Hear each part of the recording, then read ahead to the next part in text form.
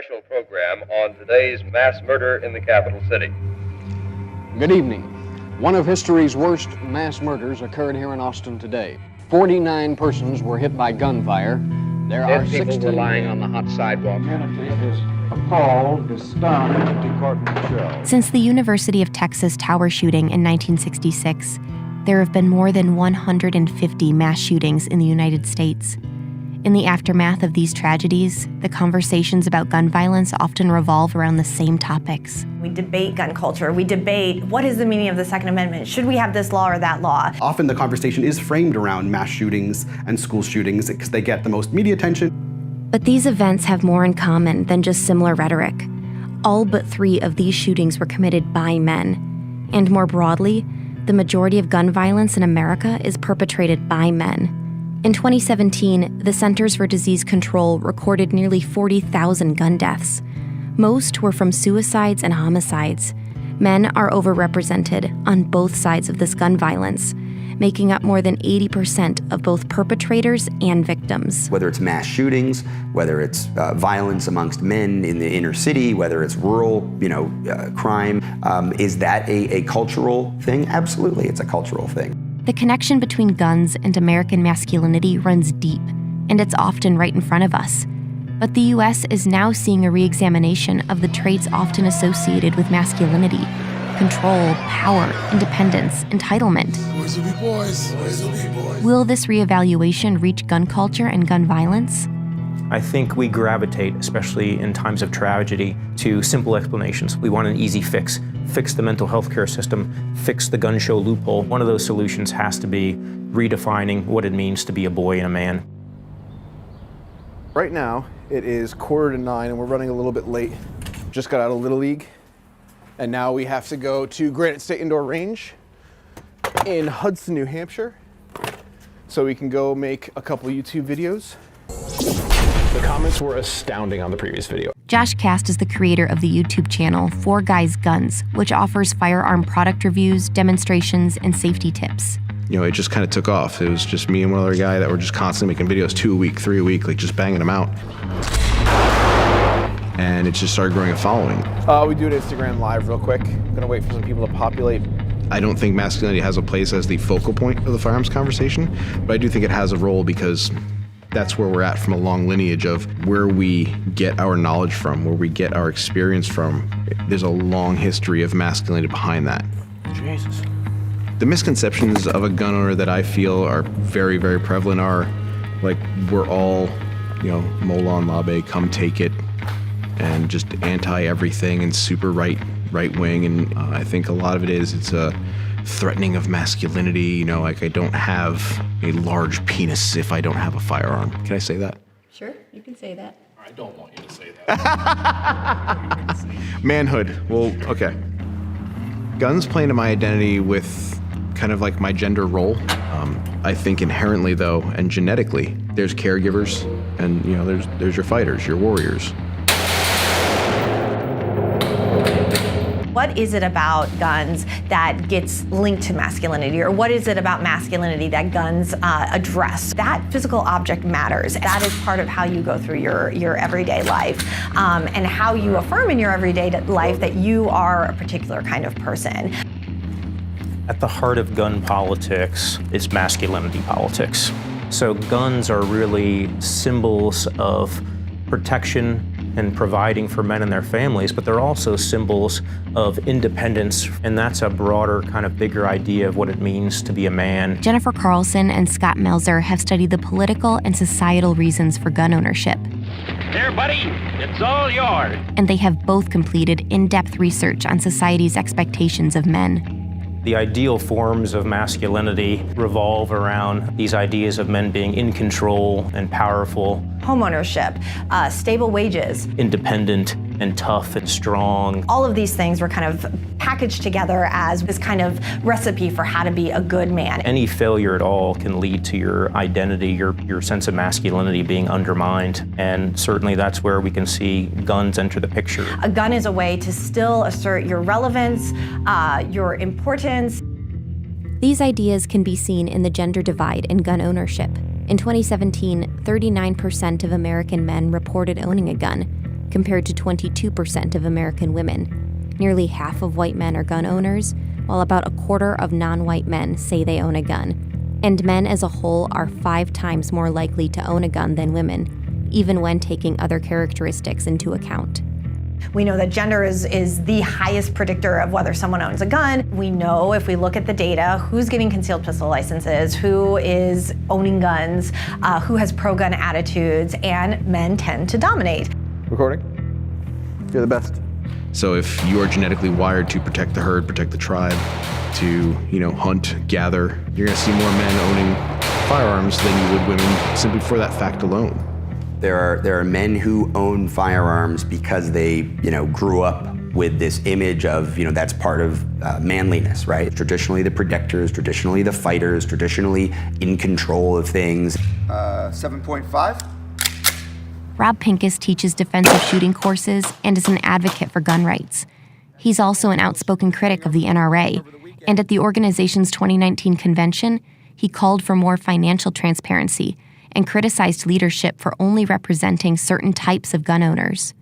These traditional ideas of masculinity certainly apply to firearms ownership and to gun ownership because of the protective nature of firearms in the role that they play.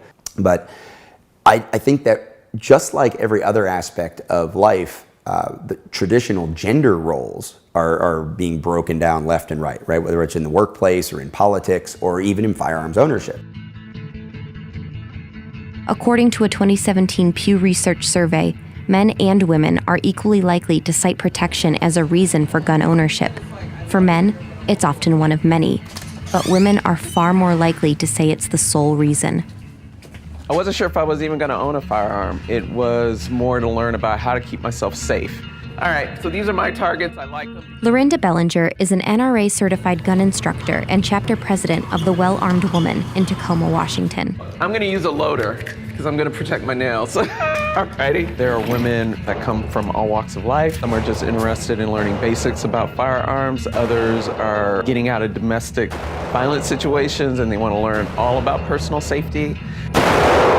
Women gun owners their identity's not so entrenched in owning that gun, which is a thing that empowers them, as some of the men are in the culture.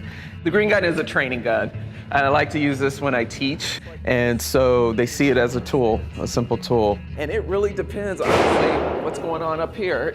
Yeah, I tell women, different bras force me to do different things. So a lot of guns weren't designed for women's hands, and so women need to learn the fundamentals to shoot better. Most firearms are designed for men. The industry was geared towards men. M&P. Advanced by design. Gun advertisers sometimes lean on the idea that guns are manly when marketing their products, but their messaging has also changed over time. The biggest shift I've seen as far as firearms community advertising or marketing has been the shift from the hunting and the shooting sports and the defensive aspect. But I really think it's been driven by the growth of concealed carry and the growth of firearms as a defensive tool far more than they are just a symbol of manliness. The truth is, they want to ban every gun in America. Unfortunately, the NRA has taken a shift to really, pandering in a lot of ways to a very small demographic. The only way we save our country and our freedom is to fight this violence of lies with the clenched fist of truth. So that image of the angry conservative gun owner, that helps perpetuate the stigma, the negative stigma of gun ownership as a scared, fearful, angry, person. From my cold, dead hands. The NRA's messaging, it revolves around them being both victims and heroes. And if we lose gun rights, they argue, then we're going to lose all individual rights and freedoms. Our rights are freedoms that we own as individuals. Our individual rights and freedoms are coded masculine according to the NRA because that's about independence, self-reliance. You buy a gun and protect your family and yourself. This isn't just a rifle. Gun makers are usually protected from legal or civil recourse when their guns are used in a crime. Families can sue gunmaker Remington. But in 2019, the Connecticut Supreme Court paved the way for Sandy Hook families to sue companies like Remington, which manufactured the rifle used by shooter Adam Lanza. Lawyers argued that ads like this were aimed at courting disturbed young men. Violence, especially gun violence, is filtered through society and culture. And so when we expect boys and men to be dominant, powerful, in control, in charge, to not give in, then we're essentially coaching them, training them, rewarding them for potentially engaging in violence when they feel like they've lost control. All gun owners are certainly not committing violent crimes, but it is important to look at the manifestations of gun violence. Control, and therefore masculinity, is often at the center. Is anybody injured? Did you say Gabrielle Gifford was hit? She did. Okay, is anybody injured? Yes, a lot of blood. Please help. Mass shootings are the extreme example of gun violence. What is the location of your emergency? Call 911. Some of these shooters had violent tendencies, mental health issues, criminal records, or racist ideologies. In a matter of seconds, a country music festival turned tragic. Others were more elusive, and we still don't know why they did it. We do live in a culture in which we often associate masculinity with violence. Eric Madfist has studied the phenomenon of American mass shootings and the people who carry them out. They often share a few similar traits in addition to their gender. A vast majority of mass shooters desire fame. It's a way to be seen as masculine, as tough, as macho. People dead, including the gunman, after he allegedly posted... To show the world that you have meaning and aren't just weak and don't have that control. Has been described as a white male. They tend to be white heterosexual men. They tend to be people who have experienced downward mobility in their life. They tend to blame other people and then therefore get angry at other people for what's happening. Had an extensive anti-Semitic, anti-Jewish digital... Right, it's a recourse to perform your masculinity by committing a sort of massive act of violence. But it's not necessarily the full extent of the problem. So if we want to talk about gun violence more generally, right, there's a lot of other things that we could do. Discussions around solutions to gun violence usually revolve around the same topics: arming teachers, teacher would have a concealed gun on them, what the Second Amendment means. Some are even calling for the shredding of the Constitution, or calls for more legislation. The time is now. But for many, the familiar debates seem no longer adequate. The current gun debate is a bunch of people at polar opposites screaming at the top of their lungs and not listening to what the other is saying. I am pro-gun, but I don't like this. And this is the hardest part, because I went through it when it came to Newtown.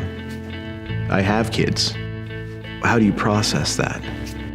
The gun debate is what happens when we can't talk about feelings of vulnerability, trauma, grief. It's easier to talk about a physical object or a policy we don't like than it is to actually talk about the profound sense of vulnerability that is actually at the heart of the issue of guns and gun politics and gun violence in this country. We're having a very public discussion right now, a much needed one, about what does it mean to be a man? These ideals that say men should be stoic, we should suppress our emotions, we should be tough and strong at all times, in control of ourselves. Have we established ideals that are toxic for boys and men themselves and also for those around them? When we ignore the role of masculinity when talking about gun violence and mass shootings, then we're ignoring some of the causes of that gun violence. If you don't get at the cause, you're not going to be able to reduce that violence.